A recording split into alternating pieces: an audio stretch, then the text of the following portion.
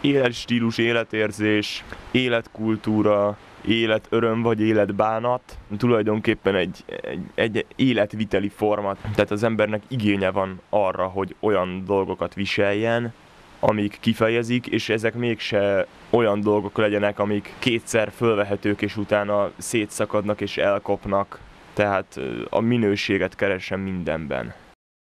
Igazából ezt nagyon kevesen tudják, de a feketének nagyon sok árnyalata van, tehát igazából minden reggel föl kell az ember, és vagy azt nézi meg, hogy milyen tiszta ruhái vannak, vagy azt, hogy ezek milyen árnyalatokban tükröződnek, és hogy illenek egymáshoz, vagy az adott időjárási tényezőkhöz. Tehát például egy élére vasalt matfekete nadrág van rajtam egy ugyanilyen színű zakóval, és egy kissé világosabb szürke ingel. Illetve nem szürke, hanem fekete. Ez szerintem olyan, hogy az ember reggel föl kell, ránéz, és látja, hogy mit akar fölvenni, és összeáll a kompozíció.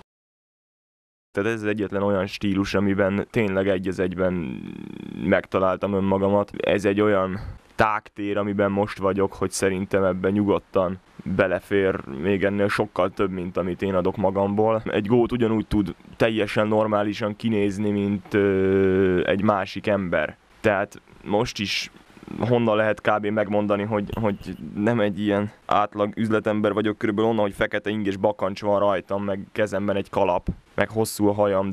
Tehát igazából ennek is létezik egy ilyen konszolidált válfaja. Megtaláltam azt, amit így keresek.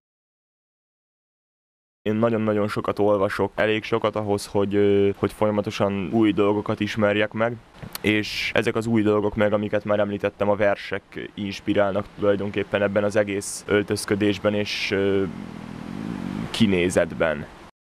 Véleményem szerint az írásokat, azokat egy ilyen magasabb körből kapjuk, a tartalmat azt nem mi magunk választjuk.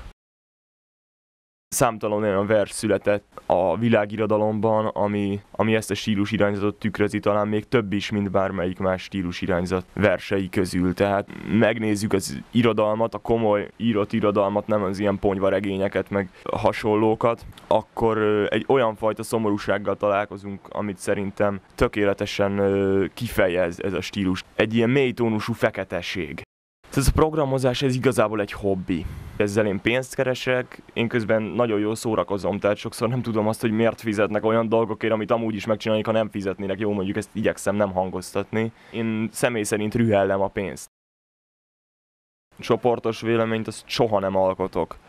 Tehát mindig emberenként válogatom meg azt, hogy ki az, akivel szívesen vagyok együtt, és ki az, akivel nem.